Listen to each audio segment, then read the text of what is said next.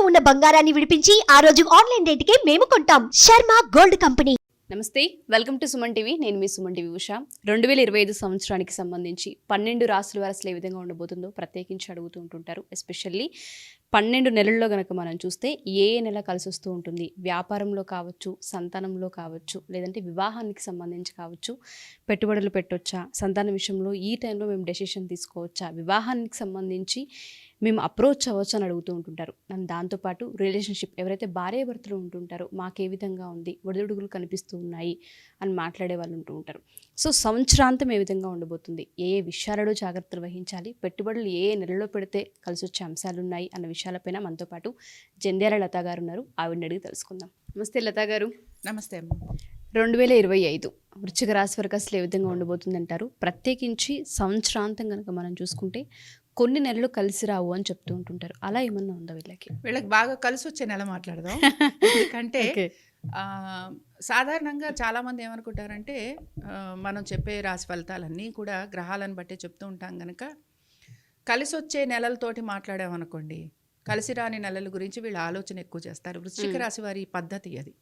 అందుకని వీళ్ళకి కలిసి వచ్చే నెలల గురించి చెప్పామంటే అమ్మయ్య మాకు ఈ నెలలు కలిసి వస్తాయి, మిగతా నెలల గురించి ఆలోచిద్దామని పాపం ఇప్పటి నుంచే ప్లానింగ్ మొదలు పెట్టేస్తారు.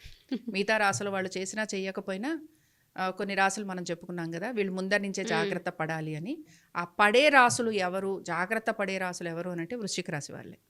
కాబట్టి ఈ వృశ్చిక రాశి వారికి ముఖ్యంగా బాగుండే నెలలు ఏంటి అని అంటే మనకి అక్టోబర్ నుంచి బాగుంటుంది. సంతాన ప్రయత్నం చేస్తున్న వారు ఉంటారు కదా, ట్రీట్మెంట్ తీసుకుంటున్నారు, లేకపోతే మేము పిల్లల్ని కనాలనుకుంటున్నాము అనేవాళ్ళు, విదేశాలకి వీరి సంతానాన్ని పంపించాలి అనుకుంటున్న వాళ్ళు, లేదా ఈ విద్యార్థులు ఎవరైనా విదేశాలకి వెళ్ళాలి అని అనుకుంటున్న వాళ్ళందరికీ కూడా ఈ అక్టోబర్, నవంబర్, డిసెంబర్ ఇవన్నీ బాగుంటాయి. కాబట్టి హ్యాపీగా ఉండొచ్చు, ఆర్థికంగా కూడా బాగా కలిసి వస్తుంది.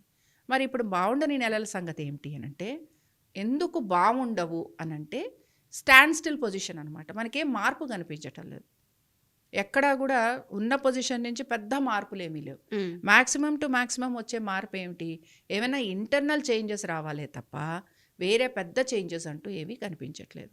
వివాహ ప్రయత్నం చేస్తున్న వాళ్ళకి కూడా కొన్ని నెలల పాటు అక్టోబరు లేకపోతే కొన్ని నెలల్లో మనకి ఎక్కడైనా మార్పులు వస్తాయి తప్ప సాధారణంగా వివాహ ప్రయత్నం చేస్తున్న వారికి కానీ, లేకపోతే కొంతవరకు ఏమైనా మార్పులు చేర్పులు ఉద్యోగంలో చేస్తున్న వారికి కానీ వీళ్ళకేమీ అంత పెద్ద మార్పులు, అంత పెద్ద డ్రాస్టిక్ చేంజెస్ అనేవి ఏమీ లేవు, కనిపించట్లేదు. ఓన్లీ థింగ్ ఏంటి అని అంటే ఇట్లాగ ఎవరైనా మేము ప్రయత్నం చేస్తాము అనే వారికి మాత్రమే, అలాగే మేము ఇన్వెస్ట్మెంట్స్ చేస్తాం, షేర్స్ చేస్తాం, ట్రేడింగ్ చేస్తాం, ఇలాంటి వాళ్ళందరికీ అక్టోబర్, నవంబర్, డిసెంబర్ అద్భుతంగా కలిసి వస్తుంది. అద్భుతంగా కలిసి వస్తుంది. ఈ టైంలో వీళ్ళు కనుక మేము ఏదైనా ఇల్లు కొనుక్కుంటాము, లేకపోతే మేము ఏమైనా ప్రాపర్టీస్ మీద ఇన్వెస్ట్మెంట్ చేస్తాము, అలాగే బేసిక్గా అన్నదమ్ముల మధ్యన అద్భుతమైన రిలేషన్షిప్ ఉంటుంది. అన్నదమ్ముల మధ్యన కానీ, సిబ్లింగ్స్ మధ్యన కానీ, అలాగే ప్రయాణాలు చేయటము, దూర ప్రయాణాలు చేయటము, చిన్న చిన్న ట్రిప్స్ అన్నమాట, లేకపోతే తీర్థయాత్రలు చేస్తూ ఉంటారు కదా, తీర్థయాత్రలు చేయటము, ఇలాంటివన్నీ వీళ్ళకి కలిసి వస్తాయి. అంటే చూడండి, కొన్ని రాసులకేమో కొన్ని చేంజెస్ ఉన్నాయి, వీళ్ళకి ఏంటంటే స్టాండ్ స్టిల్ పొజిషన్, పెద్ద మార్పులు చేర్పులు ఏం కనిపించట్లేదు. అలా ఉన్నదాన్ని ఉన్నట్టుగా మెల్లగా ముందుకు తీసుకెళ్తాం. ఓకే, వివాహ విషయంలో, సంతాన విషయంలో ఏదైనా కేర్ఫుల్గా ఉండాల్సిన అవసరం ఉంటుంది అంటారా? డెసిషన్ తీసుకోవచ్చు. వీళ్ళకి బాగానే ఉందని చెప్పుకున్నాగా, వీళ్ళు కూడా ఏంటంటే అక్టోబర్ వచ్చేంత వరకు వీళ్ళకి ఏమీ పెద్ద సక్సెస్ రేట్ ఉండదు. కాబట్టి అక్టోబర్ వచ్చిందంటే ఆటోమేటిక్గా పిల్లల గురించి ప్లాన్ చేస్తున్న వాళ్ళందరికీ బాగుంటుంది, విద్యార్థులకి బాగుంటుంది. చెప్పాను కదా ఇందాక, విదేశాలకు వెళ్ళే వాళ్ళకు కూడా చాలా వరకు అనుకూలంగా ఉంటుంది. Okay, thank you ma'am, thank you so much. నమస్తే.